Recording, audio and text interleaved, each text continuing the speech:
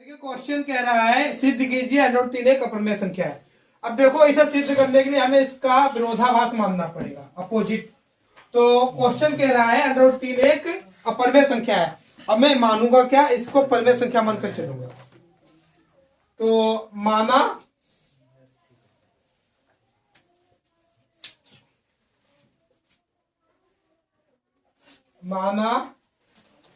√3 एक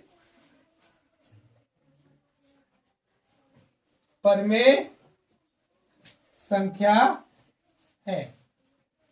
देखिए √3 अगर एक परिमेय संख्या है तो ये किस प्रकार का होगा, इसलिए √3 जो बराबर होगा वो होगा a/b या p/q। जहां देखो डिवाइड में जो संख्या दी जाती है वो इक्वल किसके नहीं होनी चाहिए, 0 के। और ए बी में संबंध क्या होना चाहिए, relation between A and B क्या होता है, जहां ए व बी एक से अभाज्य संख्या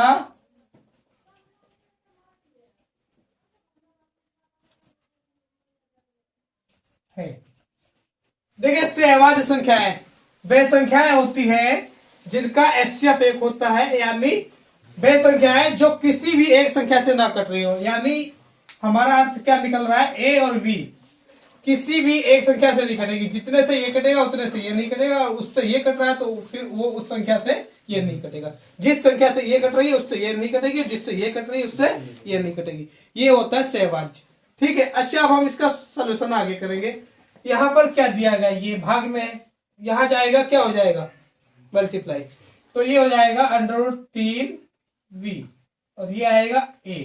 अब देखो हम दोनों तरफ वर्ग करेंगे, तो दोनों तरफ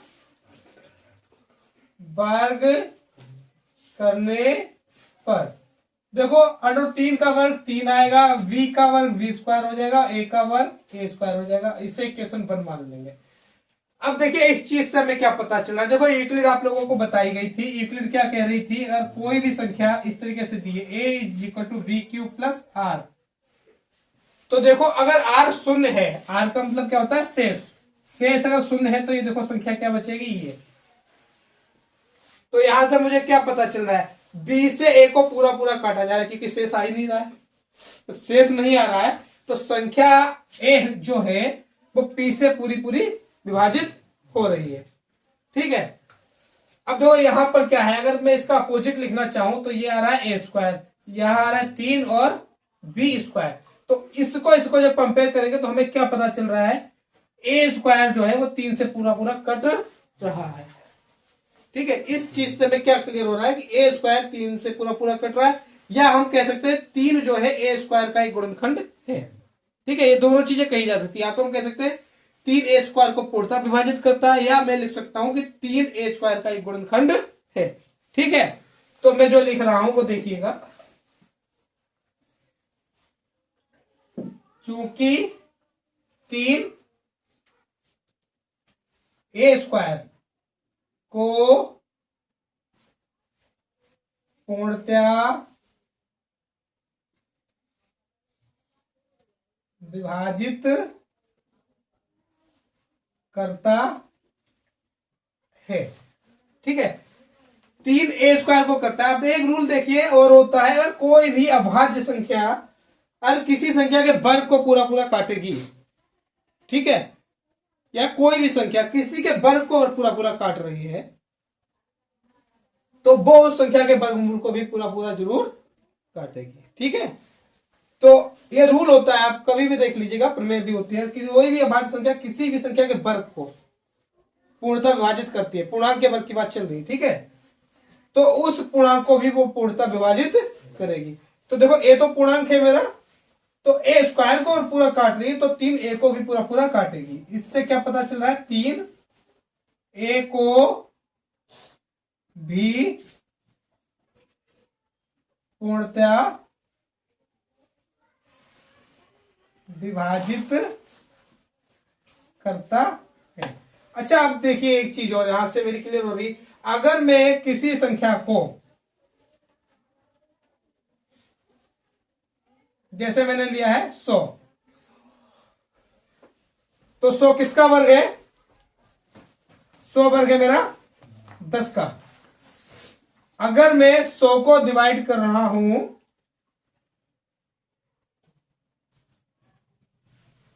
5 से, कितने से कर रहा हूं?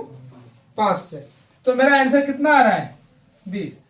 अब 100 का वर्गमूल यानी 10 को अगर मैं 5 से डिवाइड कर रहा हूं तो कितना आ रहा है? 2। यही तो आ रहा है।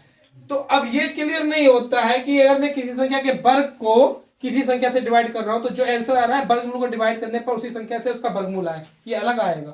भाई 20 का वर्गमूल नहीं है 2, ठीक है।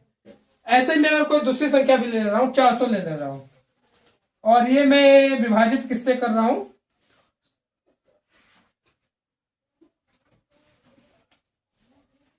ये 5 से कर दो। कितने से कर दो? 5 से। तो इसका जो आंसर आएगा कितना आएगा? 80। इसका वर्गमूल जो होता है वो कितना होता है? 20। अब इसे जब हम विभाजित करेंगे तो कितना आएगा? 4। ठीक है, तो देखो 80 का वर्गमूल नहीं आया 4। तो ये क्या होता है? विभाजन करने पर संख्याएं चेंज जाती है। तो अब मेरी कंडीशंस क्या बन रही है कि अगर मैं 3 से a स्क्वायर को विभाजित कर रहा हूं तो देखो b स्क्वायर आ रहा है, ठीक है। अगर 3 से a को विभाजित करूंगा तो b ना आकर कुछ और आएगा। अब वो क्या आएगा हमें भी नहीं पता है, तो इसके लिए हम मानते हैं, माना a जो है का 3 से विभाजित किया जा रहा है, चूंकि पूर्णतः विभाजित हो रहा है तो कुछ ना कुछ दूसरा गुणनखंड जरूर आएगा, उसे k मान रहे हैं। क्या आएगा? k आएगा। यानी a के दो खंड करने पर एक तो 3 और एक k आ रहा है। k कुछ भी हो सकता है, ठीक है। और इससे हम किस में रखेंगे? इक्वेशन 1 में। तो ये रखा जाएगा समीकरण 1 में रखने पर। समीकरण 1 क्या कह रही है? 3b स्क्वायर जो है वो बराबर है 1 स्क्वायर के। अब देखो a मैंने जो माना है वो कितना माना है? 3k, और ये लिखा है 3b स्क्वायर। यहां पर देखो a की जगह हम लिखेंगे 3k, ऊपर क्या लगेगा? स्क्वायर। अब देखो वर्ग करेंगे तो दोनों संख्याओं का अलग अलग होगा। 3 का वर्ग हो जाएगा 9, k का हो जाएगा k स्क्वायर। यहाँ लिखा है 3 और v स्क्वायर। अच्छा देखो 3 जब भाग में जाएगा 9 के तो यहाँ पर 9 को डिवाइड करेगा, बचेगा 3, यानी इधर बचेगा v स्क्वायर, यहाँ बचेगा 3 और k स्क्वायर। देखो ये वाली अपोजिट इक्वेशन इसकी बन रही है। यहाँ था 3b स्क्वायर बराबर a स्क्वायर, यहाँ देखो है b स्क्वायर बराबर 3k स्क्वायर। तो देखो वही रूल, यहाँ मुझे क्या पता चला? 3 से b स्क्वायर पूरा पूरा कट रहा है तो 3 से b भी पूरा पूरा कटेगा। ये देखो सेम कंडीशन।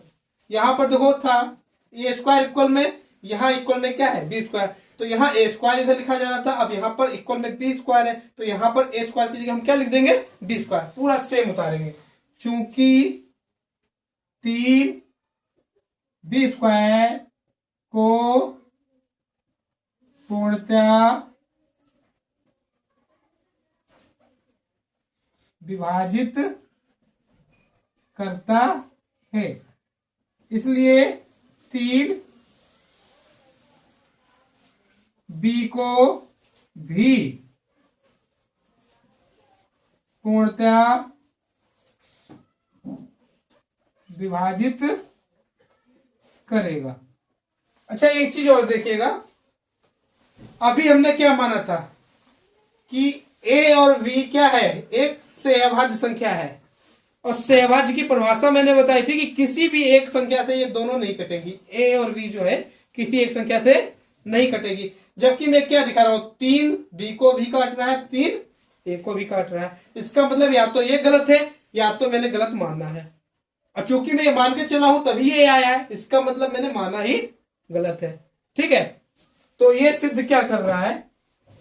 देखो चूंकि 3 a बा v दोनों को पूर्णतः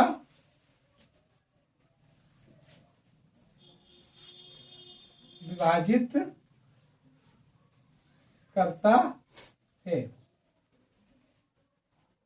इसलिए जो माना वह असत्य है। अब मैंने माना क्या है कि √3 एक परमेय संख्या है, ये असत्य है, तो इसका सत्य क्या होगा, इसका अपोजिट सत्य होगा। और ये मैंने परमेय मानी और परमेय नहीं है, तो फिर क्या होगी, अपरमेय होगी। यानी हमारा जो आंसर क्या आ रहा है, अतः √3 एक अपरिमेय